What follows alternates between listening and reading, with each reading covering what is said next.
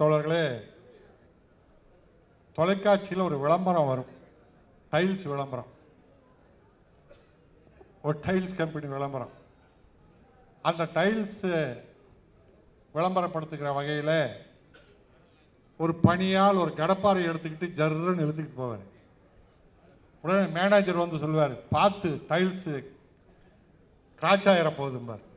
அந்த வேலையால் அந்த கடப்பாறை திருப்பி டைல்ஸு சேதமாகலை, கடப்பாறை தான் சேதமாச்சுமா. அந்த மாதிரி 1000 ஆண்டுகளாக ஆரியம் திராவிடத்துக்கு எதிராக பல்வேறு போர்களை நடத்தி கொண்டே இருக்கின்றது. அவன் சொல்லுவாங்கல்ல, அப்பவே சொன்னாங்க, ஐயா இருக்கும்போதே பாப்பா சொன்னான், நாங்கள் 3% தான், சரியா கணக்கு எடுத்தா அது கூட இருக்காது, நம்ம 19 3ன்னு சொல்லிட்டு இருக்கிறோம். அந்த 3% தான், எங்களை பார்த்து ஏன் பயப்படுறீங்க அப்படின்னு கேட்டா, அப்ப பெரியார் சொன்னாரு, திருவிழாவில் லட்சக்கணக்கான பக்தர்கள் கூடுறாங்க, ஆனால் காவல்துறை திருடர்கள் ஜாக்கிரதை திருடர்கள் ஜாக்கிரதைன்னு ஒரு ஆளுக்காக, ஒரு திருடனுக்காக, ஒரு பிட்பாக்கெட்டுக்காக காவல்துறை மைக்கில் அறிவிச்சுட்டே இருக்கிறான். அது மாதிரி தான்டா, நீ 3 பேர் தான், ஆனால் இன்னைக்கு இந்த இந்திய நாட்டையே, மக்களை எல்லா தரப்பிலும் எல்லா நிலையிலும் ஆளுமை செய்து கொண்டிருக்கின்றார். சீமான் அவர்கள் ஏதோ பிரபாகரன் இவருக்கு உபதேசம், கீதா உபதேசம் மாதிரி இப்போ வந்து சொல்லிட்டு இருக்கார். அவர் போர்க்களத்தில் கிருஷ்ணன் கீதாவசம் பண்ண மாதிரி போர்க்களத்தில் இவருக்கு உபதேசம் பண்ணாராம் சீமான். முதல்ல அவர் சொல்லி தான் பெரியாரை தெரிஞ்சுக்கிட்டேன்னா, பெரியாருடைய கைத்தடி தான் துப்பாக்கியா மாறிச்சுன்னா, அப்புறம் கடைசியா இப்போ வந்து அவரே பெரியாரை வெறுத்தாரு. உண்மை அதல்ல, எங்களுக்கு தெரியும். நாங்கள் தொடக்கத்திலிருந்து இறுதி நிலை வரைக்கும் அவரோடு இருந்து போராடி கொண்டிருந்தவர்கள் நாங்கள். இங்கே கருப்பு சட்டைகளாக வந்திருக்கின்ற நிறைய தோழர்கள், தோழர் பன்னீர்செல்வம் எல்லாம் இருக்கார், பழனி பன்னீர்செல்வம் எல்லாம், இந்த மாதிரி தோழர்கள் ஏராளமான பேர் அவர்களுக்காகவே காலம் முழுவதும் உழைத்தவர்கள். ஈழத்திலே போரில் இறந்து போனவர்கள் மட்டும்தான் மாவீரர்கள் அல்ல, தமிழ்நாட்டிலே அவர்களுக்காக மடிந்தவர்கள் ஏராளமான பேர், பெரியாரிஸ்டுகளும் தலித்துகளும் தோழர்களும் மடிந்திருக்கின்றார்கள். ஒரு வாரத்துக்கு முன்னாடி திருச்சியில சக்குபாய் நெடுஞ்செழியன் பேராசிரியர், அந்த அம்மா இருந்து போனாங்க. அவருடைய மகன் பண்ணன் இன்ஜினியரிங் காலேஜ் படிக்கிட்டு இருந்தான். புலிகளால் நாங்கள் புலிகளுக்காக தமிழ்நாடு முழுவதும் கண்காட்சிகளை போட்டு கொண்டு செல்கின்ற போது அந்த பயணத்திலே தான் நாங்கள் சட்டக்கல்லூரியில் தோல் திருமாவளவனை மாணவராக சந்தித்தோம். புலிகளுக்கு ஆதரவு கேட்டு போய், அப்படி மாணவர்கள் இடத்துல எல்லாம் போன போது அந்த பண்ணன் புலிகளுடைய நாட்டுக்கே போயிட்டான். போனவன் திரும்பியே வரல. ஒரு இளைஞன், இன்ஜினியரிங் காலேஜில் படிச்சுட்டு இருந்த இளைஞன், புலிகளுக்காகவே. அந்த மாதிரி எத்தனை பேர், அவர்களெல்லாம் தெரியாது, சீமானுக்கு பார்த்ததில்லை. ஆனால் அந்த பிரபாகரன் சொன்னாரா பெரியாரை பற்றி. ஆனால் பிரபாகரன் என்ன சொன்னார் தெரியுமா? நாங்கள் போன போது தொடக்கத்தில் 83 அவர்கள் தமிழ்நாட்டுக்குள் 76 வந்து கொண்டிருந்த போது பெரியாரை தந்தை செல்வா அவர்கள் ஆதரவு கேட்டு வந்த போது தந்தை ஐயா அவர்கள் தன்னுடைய நிலை வெளிப்படையாக சொன்னார். நானே ஒரு அடிமை, இன்னொரு அடிமைக்கு என்ன செய்ய முடியும்? உண்மை. அதை பின்னால் கடைசியில், தொடக்கத்தில் செல்வா அவர்கள் சொன்னதை கடைசியில் நாங்கள் அண்ணன் வைகோ அவர்களும் கொளத்தூர் மணியும் நாங்கள் எல்லாம் போன போது கடைசியாக சொன்னார். அப்போது சொன்னார் பிரபாகரன், ஐயா பெரியார் பார்ப்பன எதிர்ப்பை தமிழ்நாட்டிலே செய்து கொண்டிருந்த போது நாங்கள் புரிந்து கொள்ளவில்லை, இன்னும் இதையே பேசிக் கொண்டிருக்கின்றார் என்று நினைத்தோம். பின்னால் தான் அமைதிப்படை என்ற பெயரிலே டெல்லியில் அழைத்து வைத்து அசோகா ஓட்டலில் அடைத்து வைத்து பிரபாகரனை விரட்டிய போது தீட்சித் என்கின்ற ஒரு அதிகாரி, உயர் அதிகாரி சொன்னார் பிரபாகரனை பார்த்து, அவர் சுருட்டு குடிப்பார் அந்த அதிகாரி, அந்த சுருட்டை ஊதிக்கொண்டே பிரபாகரனை மிரட்டுகிறார். இந்த சுருட்டு முடிந்து அதனுடைய சாம்பல் கீழே விழுவதற்கு முன்னால் உங்களை அழித்து விடுவோம், சுருட்டு முடிஞ்சு கீழே விழுவதற்குள்ள உங்களை அழிச்சிடுவோம் அப்படின்னு அந்த பார்ப்பன அதிகாரி பிரபாகரனை பார்த்து மிரட்டினாராம். அதைத்தான் சொன்னார் அப்போ பிரபாகரன், நாங்கள் பெரியாரை வந்தபோது புரிந்து கொள்ளவில்லை, இப்போது புரிந்து கொள்கின்றோம். இந்தியாவை மட்டுமல்ல தமிழ் ஈழத்தையும் அடக்கி ஆள்வது பார்ப்பனர்கள் தான், இந்திய பார்ப்பனர்கள் தான். அவர்களால் தான் எங்களுக்கு இந்த தமிழ் ஈழம் விடியாமல், தமிழ் ஈழம் கிடைக்காமல் தடுக்கப்படுவது இந்தியாவில் இருக்கக்கூடிய பார்ப்பனர்கள் தான் என்று தெளிவாக சொன்னார்.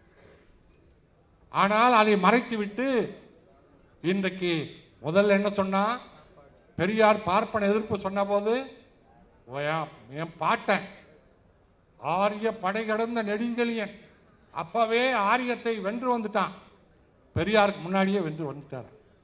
அதே வாய் தான் இப்போ, அதே வாய் இப்போ கடப்பாறை எடுத்துக்கிட்டு வருது, பார்ப்பன கடப்பாறையை. அப்ப ஆரிய படை கடந்த நெடுஞ்செழியன் தான் வென்னுட்டானே, அப்புறம் எங்கிருந்து வந்தது ஆரிய கடப்பாறை? அந்த ஆரிய கடப்பாறை எடுத்துக்கிட்டு வரேன்னு வர சீமான், தயவு செய்து நாம் புரிந்து கொள்ள வேண்டும் தோழர்களே. இன்றைக்கு அந்த ஆரிய படை கடந்து பார்த்தா நம்ம ஐயா, அதனால்தான் மன்னர்களை எவ்வளவு விமர்சனம் பண்ணார். அந்த காலத்து ட்ரம்ப் கூட்டம் ஒரு நாட்டை விடுறதில்லை, சொந்த நாட்டு மக்களை பற்றி கவலைப்படல, சொந்த நாட்டு மக்களுக்காக ஆட்சி செய்யல, அடுத்த நாட்டின் மீது படையெடுப்பது மட்டுமே அந்த மன்னர்களுடைய வேலையாக இருந்தது. அதனால்தான் ஐயா அதை விமர்சனம் பண்ணி பேசினார். அதே போல பெரியார் கற்பப்பை எடுத்துருன்னு சொன்னாருன்னு சொல்லி இப்போ என்ன பண்ணுறான், அந்த விசில் கூட்டத்தில் போய் பார்ப்பன இடத்துல பேசும்போது நான் பாகிஸ்தானில் வேணாலும் போய் பாரதியாரை பற்றி பேசுவேன், எதுக்கு சமாளிக்கிறான், எங்கே முஸ்லீம்கள் நம்மளை விட்டுட்டு போயிடுவாங்களோ, ஏன்னா இங்கே வந்தோடனே அவங்க புரிஞ்சுருப்பாங்க சங்கிகிட்ட போயிட்டான் அப்படின்னு தெரிஞ்சுக்குவாங்கிறதுக்காக சமாளிக்கிறதுக்காக நான் பாகிஸ்தானில் போய் பிரச்சாரம் பண்ணேன். அப்புறம் முஸ்லீம் சகோதரிகளை வைத்து பேச விடுறாரு, முஸ்லீம் சகோதரிகளை பெரியார் கற்பப்பை எடுக்க சொன்னார். முதல்ல பெரியாருடைய அது நாம ஐயாவுக்கு பெரியார்னு பேர் வச்சதே பெண்கள் தான். அந்த சகோதரியை விட்டு இழிவாக ஈர வங்காயமா பெரியார், அதை பற்றி அவர் பெரியார் ஒருபோதும் கவலைப்பட்டதில்லை. பெரியார் எதை பற்றியும் கவலைப்பட்டதில்லை எப்பவுமே. காரணம், அவர் கூட்டத்தில் பார்த்து கேட்டாங்க, நீ தான் கடவுள் இல்லைன்னு சொல்றீங்க, எதுக்கு ராமசாமின்னு பேர் வச்சிருக்க, கடவுள் பேர் வச்சிருக்கேன். பெரியார் நேராக பதில் சொன்னார். என்ன சொன்னார், கவலைப்படாமல் சொன்னார், நீ வேணா எனக்கு எங்கள் அப்பா அம்மா நான் அறியாத பருவத்தில் குழந்தை பருவத்தில் எனக்கு பேர் வச்சுட்டாங்க, நீ வேணா என்னை கழுதேன்னு கூப்பிடு, நான் ஏன்னு கேட்குறேன். பேர்ரா ஒரு அடையாளம்டா, அதில் என்னடா இருக்கு, நீ கழுதேன்னு கூப்பிடு ஏன்னு கேட்குறேன். அதோடு மட்டுமில்லை தோழர்களே, அதோடு மட்டுமில்லை, நமது மனோஜ் இந்த 4-5 கூட்டத்தை இங்கே திங்கர் குமரனும் சென்னை தோழர்களை வச்சுக்கிட்டு இங்கே நடத்துகிற கூட்டத்தினுடைய விளைவு, அவன் அலறான் அழுகிறான், என் குடும்பத்தையெல்லாம் இழுத்து பேசுகிறாங்க, என் குடும்பத்தை பற்றி பேசுகிறாங்க. ஏண்டா இப்படி வலிக்கு, இதுதானே எங்கள் தோழர்களுக்கும் வலிக்கும். அப்போ அதுலேயும் மைனர் வேதமணி அவர் டிரைவரை பற்றி பேசிட்டார், துடிக்கிறாப்புல. ஆனால் நீ சொல்றிய ஈர வெங்காயம் பெரியாரு, அவர்கிட்ட எப்படி மக்கள் கேள்வி கேட்டாங்க, ரஷ்யாவுக்கு போயிட்டு வர்றார் பெரியார், ரஷ்யாவை பார்க்கிறார், பொது உடைமை பூமியை பார்க்கிறார். பெரியார் தாங்க போனவர்.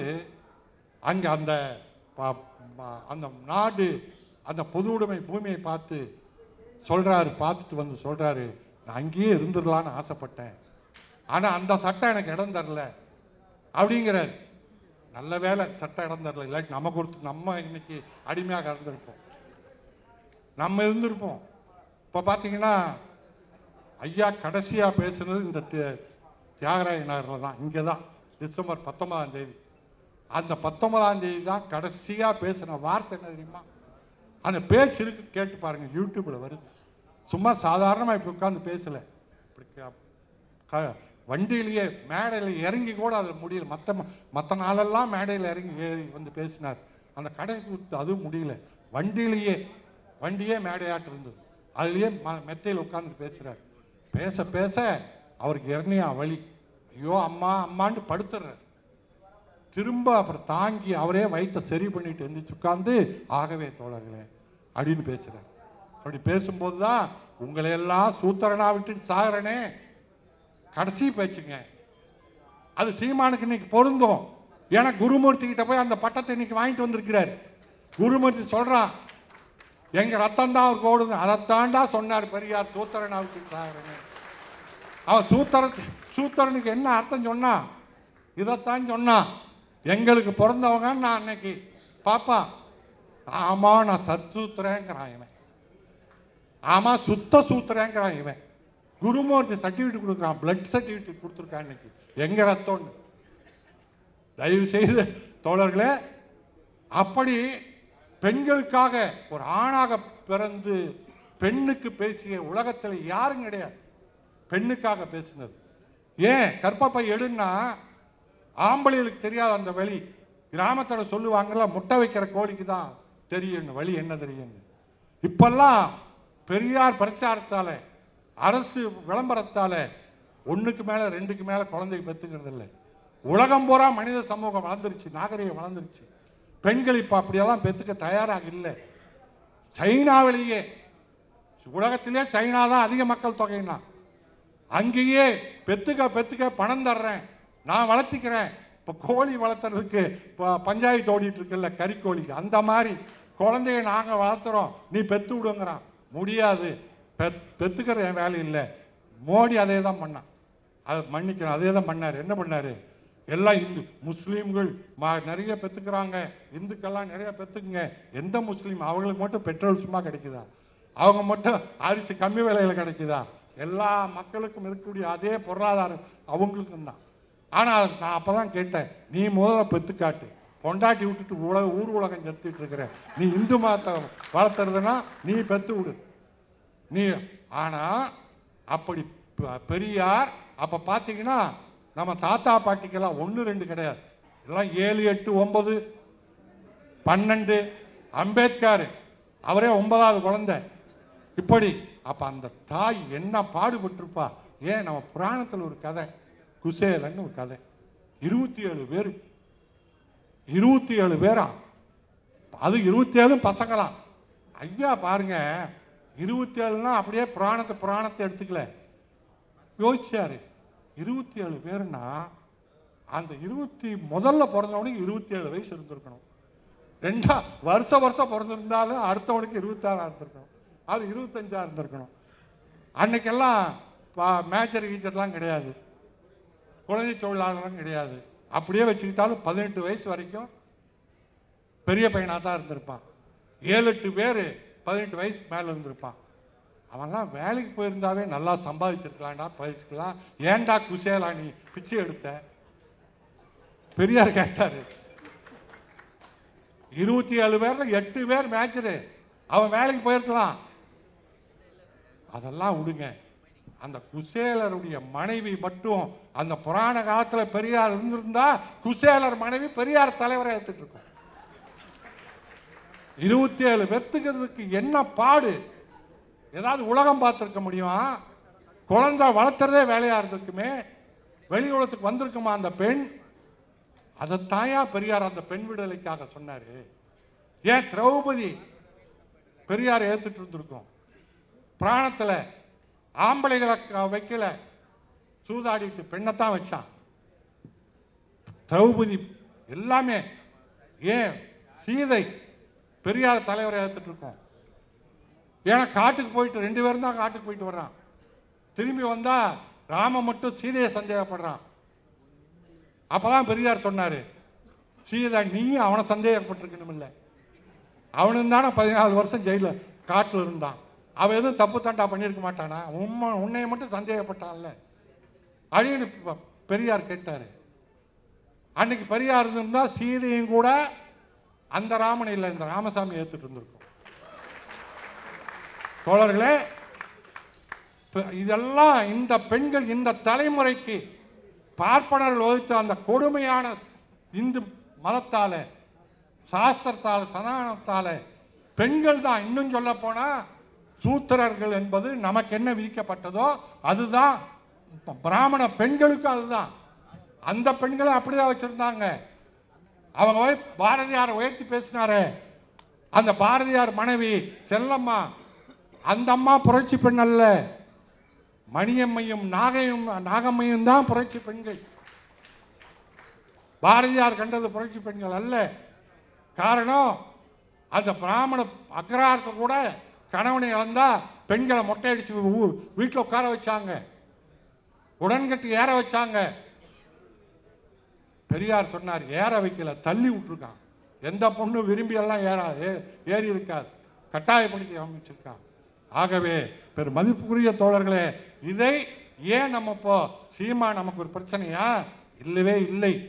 பெரியாரை தவறாக, திராவிட இயக்கத்தை தவறாக, வரலாற்றை தவறாக இன்றைக்கு வெறும் கத்தி பேசுறதுனால, இங்க பேசுறாரு பாருங்க நம்ம இளமாறன், ஏன்னா அவருக்கு அங்கேயே இருந்தவர், அதனால நல்லா தெரியுது அவர் எப்படி அவன் கையை ஆட்டிக்கிட்டு பேசுறது நான் அழகா பண்ணி காமிச்சார். பாப்பா, பெரியார் சொன்னார், ஏன் பாப்பான பாப்பாங்க, நம்மெல்லாம் உழைப்போம், நம்மெல்லாம் உற்பத்தி பண்ணுவோம், அம்மா நாமெல்லாம் உழைக்கிறத அங்கே இருந்துட்டு பார்ப்பான், அதனால அவன் பார்ப்பான் அப்படின்னு ஐயா சொன்னார். இந்த நம்ம கூமுட்டை, குருமூர்த்திக்கு பிறந்த கூமுட்டை, ஏன்னா அவங்க ரத்தம் தான், அவங்க ரத்தம். அதனால அந்த கூமுட்டை எல்லாரையும் சமமா பார்ப்பான். தேர்தல் முடியட்டும், அவன் வேலை முடிஞ்சிடும், அவன் வேலை முடிஞ்சிடும், அப்ப பார்ப்பான் உன்னைய. அப்ப வருவேன், எங்ககிட்ட தான் வருவேன். ஏன்னா நாங்கள் தான் ஏற்றி விட்டோம். இன்னும் நாங்கள் என்ன, நாங்கள் உண்மையே சொல்றோம், பரிதாபப்பட்டு வந்தால் நாங்கள் ஏற்றுக்குவோம், தப்பை உணர்ந்து வந்தால் ஏற்றுக்குவோம்.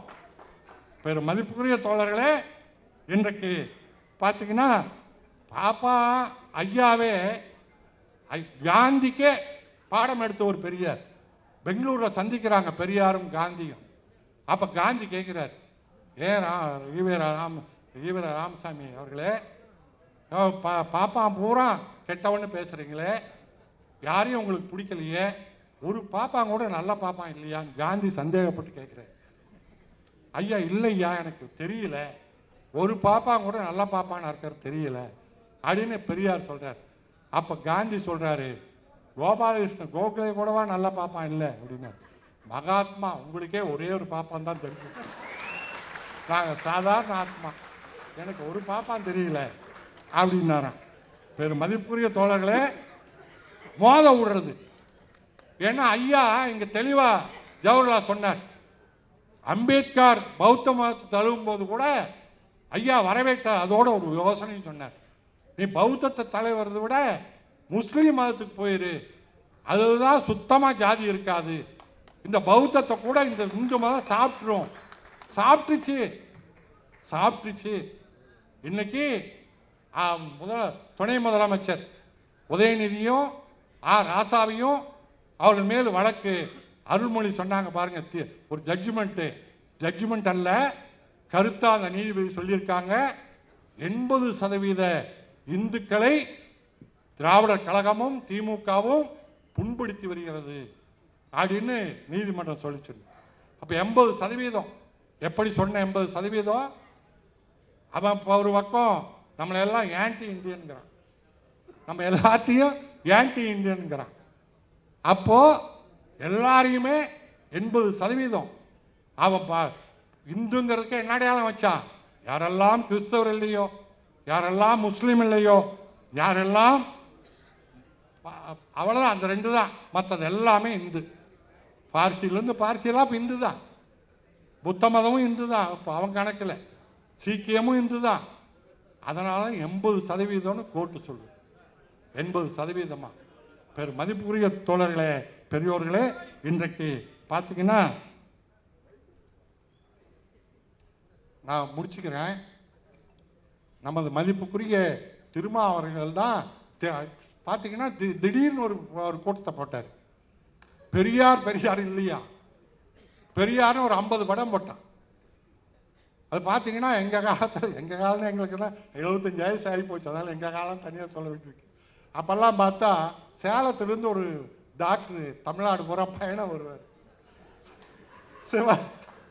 சிவராஜ் பேர். பரவாயில்ல, எங்கள் காலத்தில் நிறைய பேர் இருக்கீங்க போட்டு. பயணம் வருவார். அப்போ பார்த்தா வரிசையாக படங்களாக இருக்கும். எல்லாரும் மருத்துவர்கள். அவங்க பரம்பரையில் 4 தலைமுறை 5 தலைமுறை மருத்துவர்கள் படமாக இருக்கும். அந்த சிவராஜ் குடும்ப படம். அந்த மாதிரி மாயவரத்தில் ஒரு படம் போட்டான் பாருங்க.